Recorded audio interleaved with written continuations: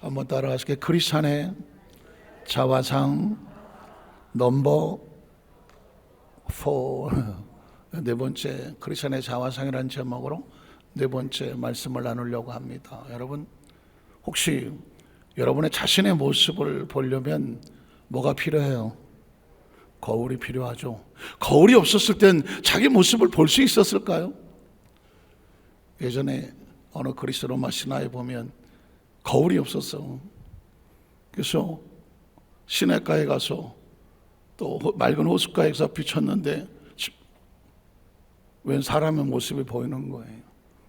그래서 그 모습이 너무 예쁘고 아름다워서, 그래서 거울에 비친 그 모습과 사랑에 빠졌다. 그걸 뭐라 그래요?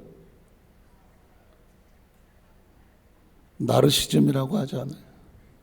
자기 자신에게 빠지는 그런 마음의 상태, 나르시즘이라고 하는데요. 나르시스에서 나온 거거든요. 그래서 사실상 인간은 거울을 보기 전까지는 자기가 어떤 얼굴인지 잘 모르고 살죠. 거울을 봐도 돌아서면 자기 얼굴이 생긴 잘 몰라요.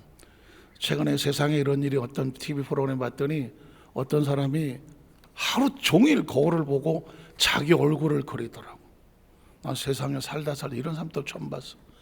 아침부터 저녁까지 자기 얼굴을 이런 종이에다가 계속 수천 장도 넘어 막 집안에 여기다 그 매일 똑같은 얼굴을 왜 이렇게 그리나 했더니 자기 눈에는 똑같지 않다고 그러더라고.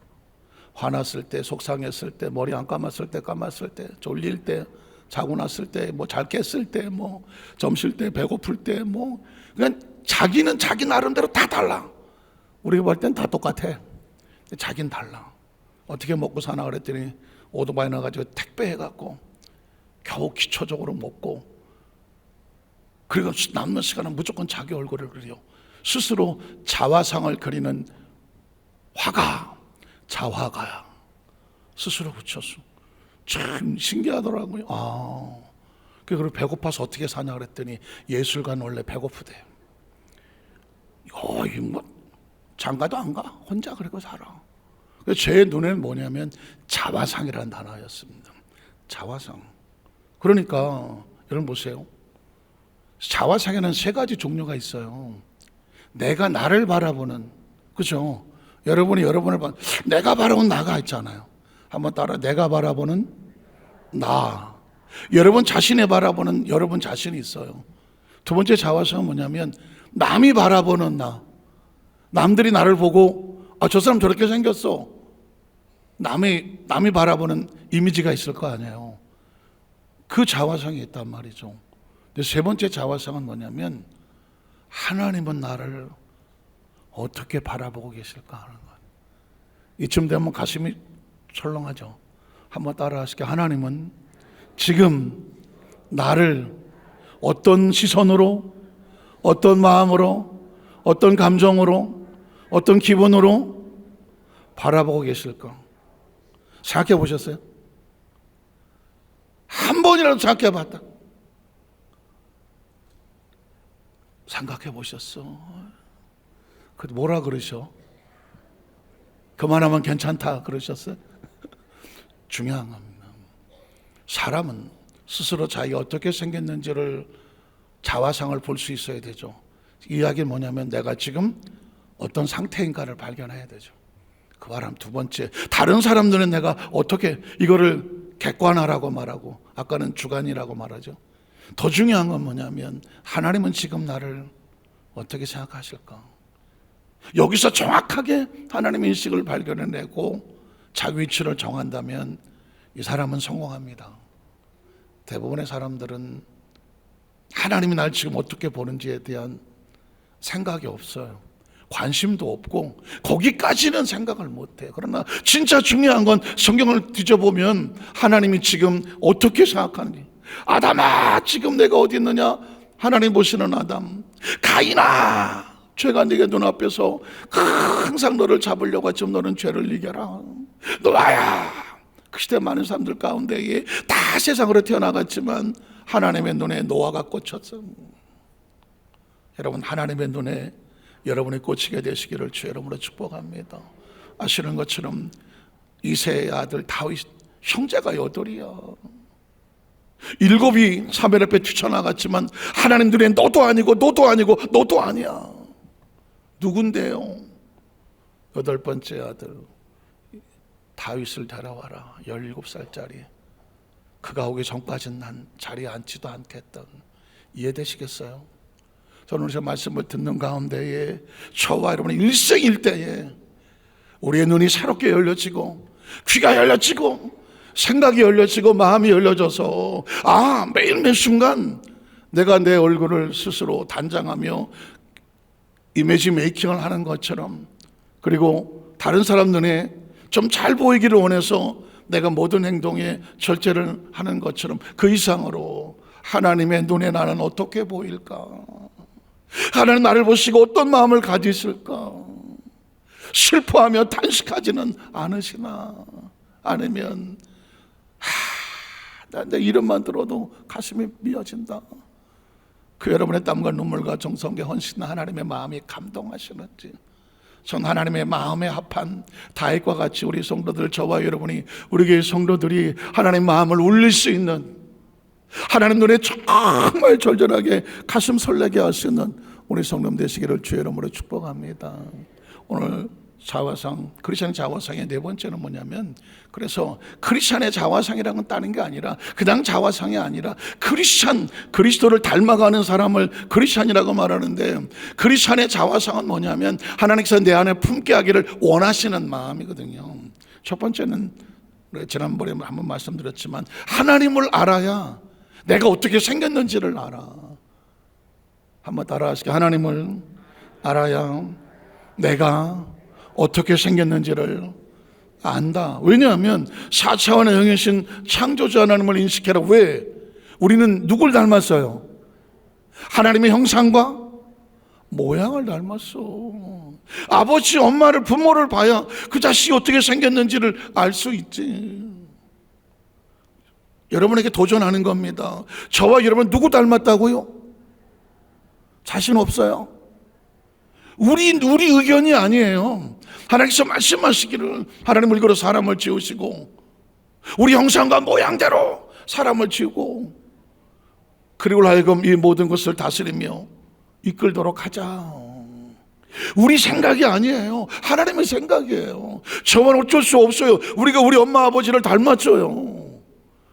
그 전에 보니까 저희 어머니 그 방에 이렇게 보니까 옛날 우리 아버지 군복 사진 하나 딱, 제 군대 생활할 때 사진 이렇게 붙여놨어요. 이렇게 2개를. 처음 보니까 누가 누군지를 모르겠더라고. 사진만 약간 한쪽은 노랗고 한쪽은 좀 조금 덜 노랗고 그런데 딱 갖다 보니까 저도 보고 깜짝 놀랐어요. 저희 아버지 옛날 20대 사진이죠. 제 20대 사진하고 군복 입고 둘이 갖다 놨더니 별 차이가 없더라고. 내가 누구 자식이에요?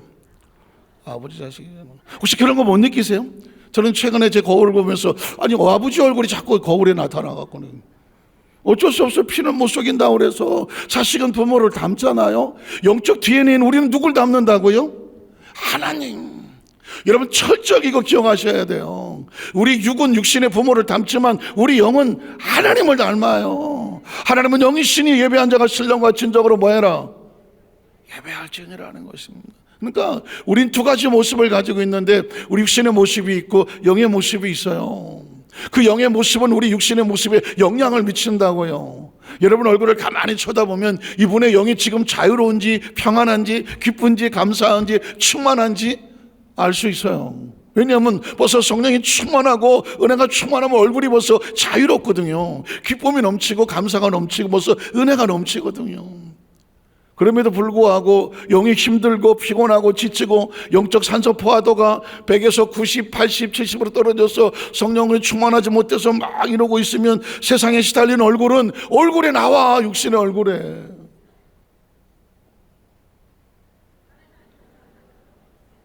아유, 어떡하냐. 우리 시원 찬양대야 다 충만하죠. 기억하셔야 돼요.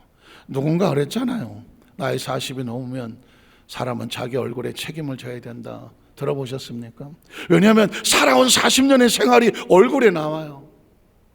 심지어 자기 영적인 상태가 얼굴에 안 나오겠어요? 그 사람이 정말 하나님과 교통하고 교제하고 하나님을 닮았는지를 보면 얼굴에도 나와. 그러니까 여러분 보십시오. 얼굴 아름답게 예쁘게 다 디자인하고 화장하고 잘 꾸미는 것도 중요한데 그 얼굴의 눈빛에서 영적인 은혜가 나와야 돼요. 피할 수 없어. 기억하십시오. 두 번째, 예수님 4차원의 영신 그 구원자 예수님을 인식해야 돼요. 하나님 우주 가운데 충만합니다. 전 여러분이 예를 들어서 우리 수모 안삭교회 성도 이거 도전하는 거예요. 온 우주 가운데 하나님이 충만해요. 이 성전 안에도 하나님이 충만합니다. 이걸 느낄 수 있어야 돼. 영적 감각이 이 우주 가운데 하나님의 영이 충만해요. 아니 어쩔 수 없어요. 밤하늘의 별을 저 별들이 스스로 존재했겠어요? 태양은 스스로 존재하나요? 제가 뜬금없는 소리 하는 게 아니에요. 대기권은 자기 혼자 존재하나요? 들에 핀 이 꽃과 식물들 자기 혼자 존재하나요? 이 지구는 자기 혼자 존재하나요? 저와 여러분 스스로 존재하나요? 우리가 스스로 육체 가지고 움직이는 삶의 생명을 우리 스스로 내 생명을 마음대로 조절하나요? 아니에요. 이건 이 존재 자체가 하나님을 인식할 수밖에 없어요. 이게 굉장히 중요한 건데 하나님을 인식하면 어떤 일이 벌어지냐면 하나님은 기적의 하나님이라, 하나님을 인식하면 전능하신 하나님이라, 하나님을 인식하는 순간 매 순간에 어떤 일이 벌어지냐면 3차원과 4차원의 육신의 한계에서 벗어나서 기적을 기대하게 된다고. 기적은 머리로 기대하는 게 아니에요. 우리 영이 하나님을 인식하면 하나님에 대한 용기가 생겨, 믿음이 생겨나. 믿으십니까? 이걸 변화시키는 게 누구냐면 예수님이에요. 하나님이 세상을 이처럼 사랑하셨는데 그분이 육신을 입고 이 땅에 오셔서 우리로 예수를 믿게 하려는, 제가 아까 말씀드리면서 하나님을 알아야 돼. 하나님을 알아야 우리가 누군지를 아는데 하나님 어떻게 알아요? 어떻게 알 수 있을까요? 오늘 뭐 여기 앉았으니까 여기 이렇게 하나님을 어떻게 알아요? 하나님을 알려면 방법이 없어요. 예수 그리스도를 통해서만 하나님을 알아요. 절에 가서 암만 빌어보세요. 하나님 알려달라고 나무아미 답을 뭐 2000배 3000배를 해보세요. 불교에서는 하나님을 몰라요. 왜 모르는지 아시죠? 불교에는 창조가 없어요. 불교는 아예 창조를 믿지 않아요. 창조를 믿지 않기 때문에 신이 없어요. 불교에 없는 게 뭐냐면 창조주가 없어요. 그 다음에 신이 없어요. 그러니까 불교는 뭐냐면 스스로 자기가 자각을 해서 해탈을 하는 걸 구원이라고 말해요. 이 지긋지긋한 윤회에서 벗어나서 저 해탈 열반하는 거, 다시 태어나지 않는 거, 이걸 구원이라고 말해요. 극락왕생이라고 말하지. 그러나 기독교는 철저하게 창조부터 시작을 해요. 온 우주 가운데 있는 창조주 하나님, 근데 그 창조자 하나님을 알기 위해서 우리 누구를 통한 오직 예수라는 거예요. 그래서 예수님이 절박한 거예요. 하늘이 하나님 영이 있은 하나님 우리가 어떻게 할 수 있을까? 내가 길이요. 어떤 길이요? 또 I am the way가 뭐냐면 하나님께 나아갈 수 있는 길을 제시하는 거예요. 오직 예수. 그가 그 절대주 하나님을 알게 하는 오직 하나뿐인 진리, 그리고 영원한 생명. 우리의 생명은 그러니까 예수 외에는 이게 안 돼요. 그래서 예수님에 관련된 성경적인 사건을 찾아보면 다 지난번에 한번 말씀드렸지만 앞으로 수도 없이 할 거예요. 트랜스포메이션이에요. 변형, 변화. 한번 따라해요. 변형, 변화.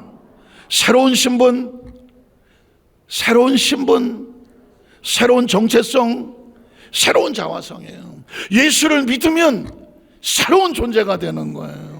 예수 믿으면 뭐 어쩌라고 새로운 존재가 돼요.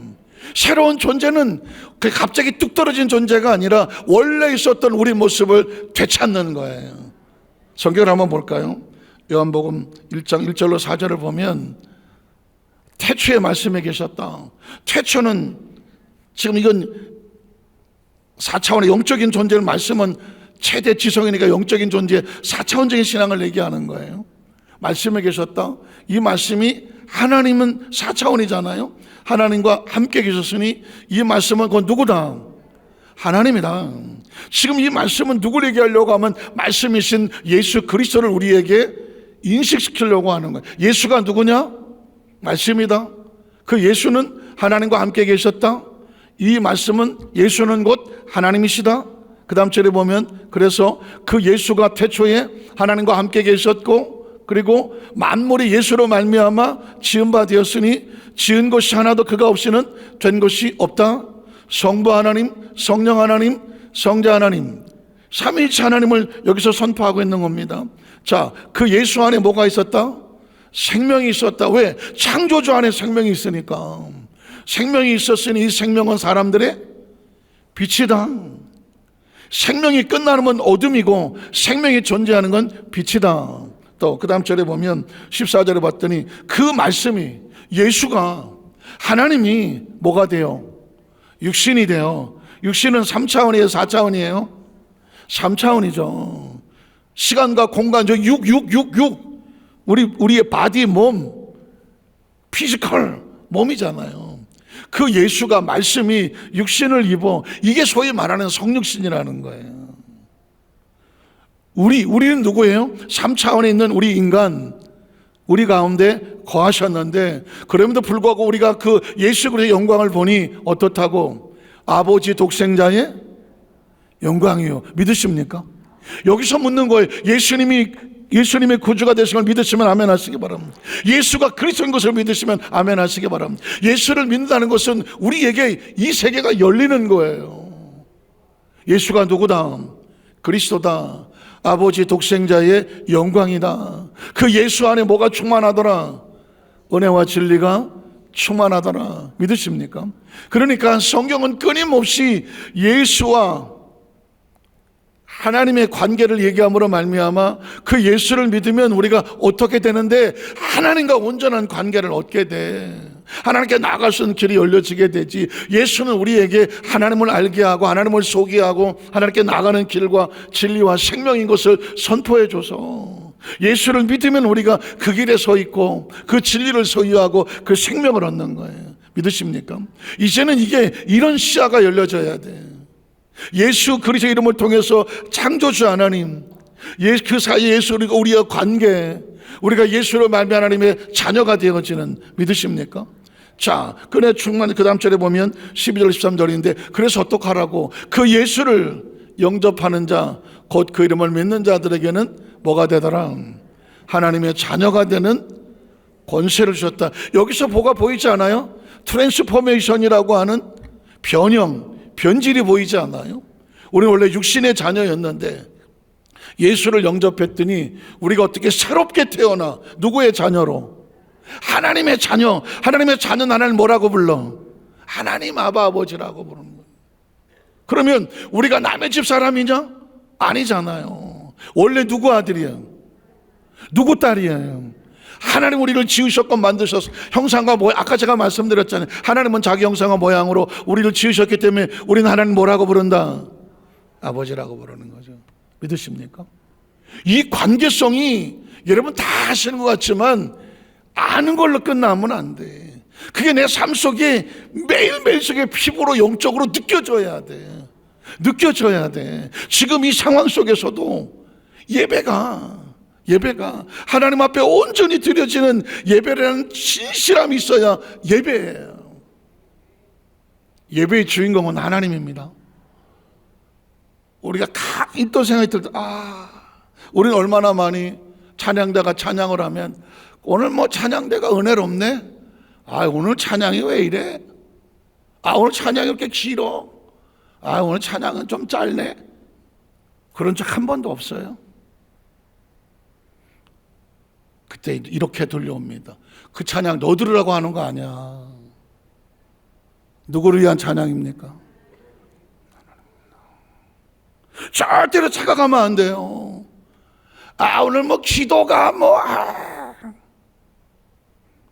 그런 판단할 자격 있어요, 없어요? 없어요. 기도를 가지고 오늘 기도가 어쩌고 저쩌고 하면 그때 여러분 성령의 음성을 들어야 돼. 그 기도 너 들으라고 하는 거 아니야.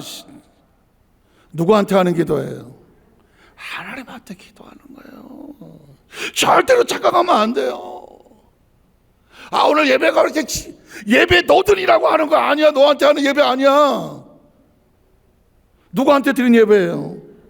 확실해요? 예배에 우리가 판단할 수 있는 건 1도 없어요. 누가 하나님 앞에 예배를 판단합니까? 그건 하나님을 무시하는 거예요. 아까 찬양대가 찬양한다 제 순간적으로 얼마나 많이 우리는 감히 하나님께 영광을 돌리는 찬양, 영광을 돌리는 찬양인도, 영광을 돌리는 기도, 영광을 돌리는 예배를 가지고 얼마나 콩나라 판나라 하면서 얼마나 많은 부끄러운 짓을 했나. 툭 치고 오더라고. 예배가 누구를 위한 것이냐? 하나님을 위한 것입니다. 기억하십시오. 다른 데는 난 몰라. 우리 여도수 만사교회 성도들은 적어도 예배에 철저하게 받으시면 누구다? 하나님이야.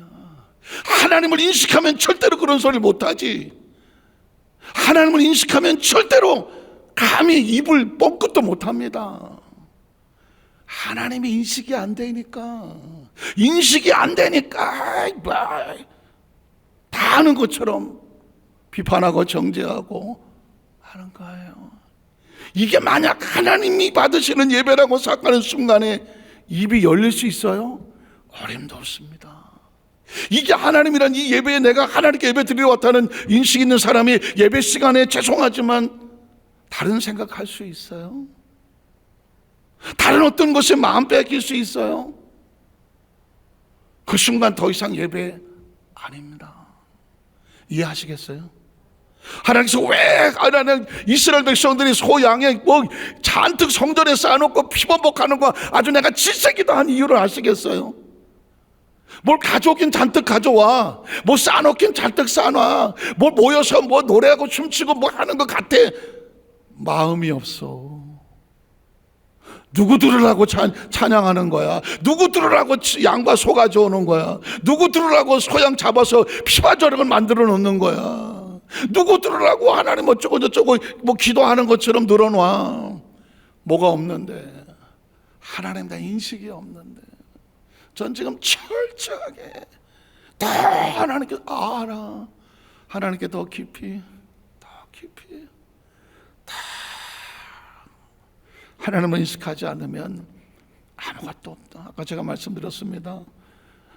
지난 10년 동안에 통합 측에서 우리나라 제일 크다고 하는 통합 측에서 성도가 60만이 빠져나갔다고 하더라고요.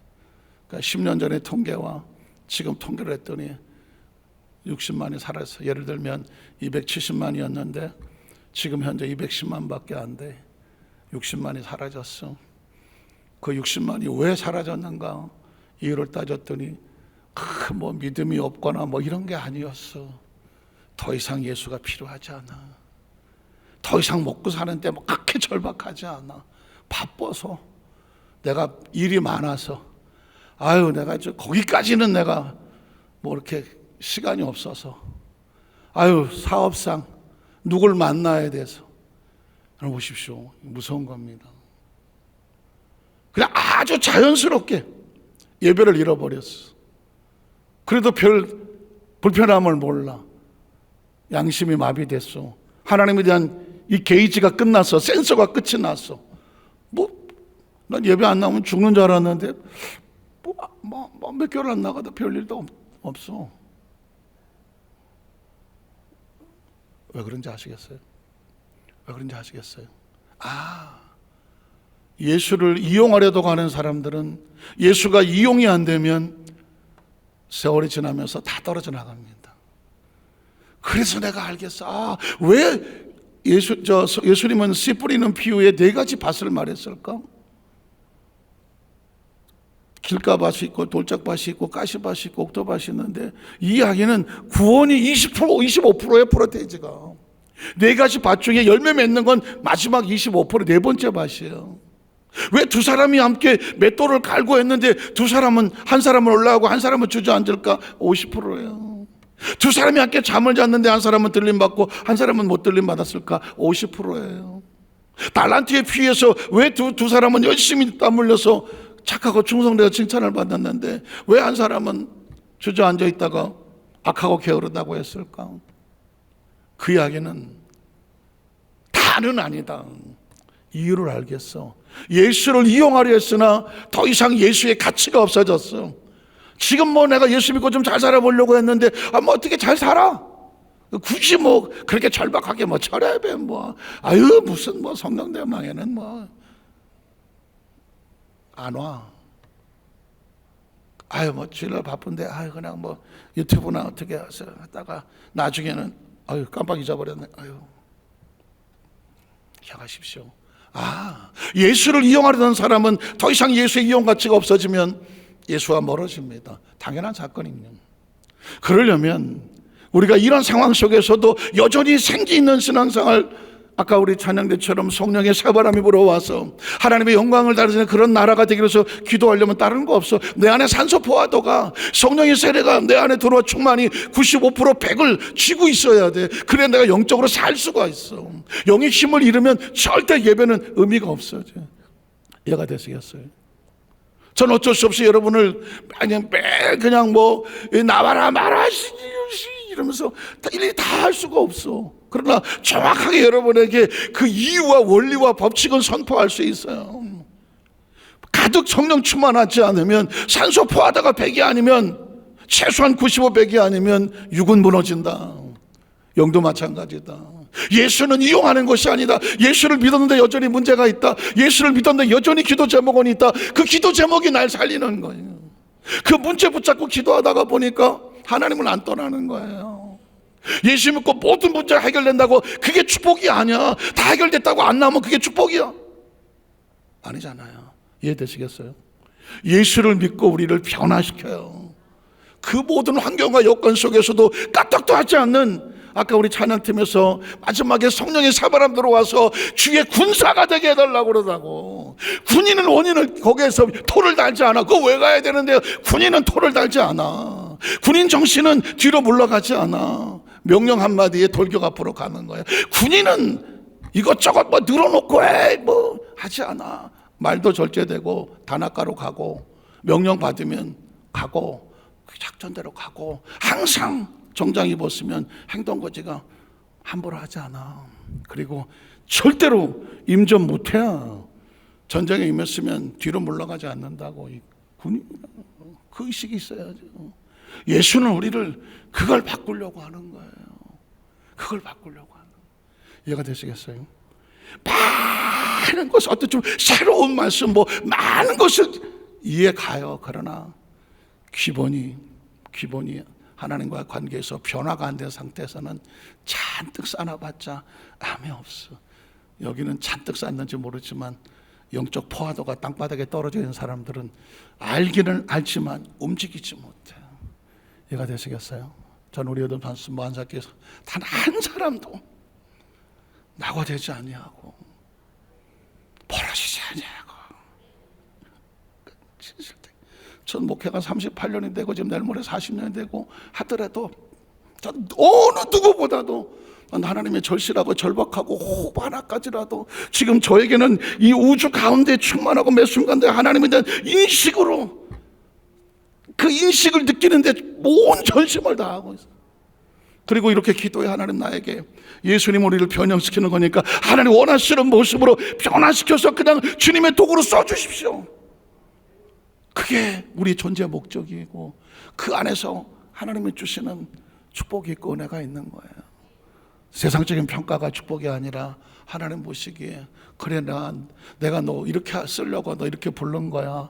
많이 힘들고 어렵겠지만 너를 향한 내 계획은 이거였어. 잘 견뎌주고 잘 이겨줘서 고마웠어. 하나님께서 등 두드려주면 그걸로 끝난 거 아니겠어요? 저는 우리 여덟 만삭교회 성도들이 세월이 10년, 20년, 50년, 100년을 가더라도 처음 첫사랑, 그 설레했던 사랑, 하나님과 몸부림치며 조금 더 떨어지기 싫었던 그 사랑이 끝까지 마지막까지 촉구하는 그날까지 그거 붙잡고 승리하시기를 주님의 이름으로 축복합니다. 기도하겠습니다. 하나님 아버지,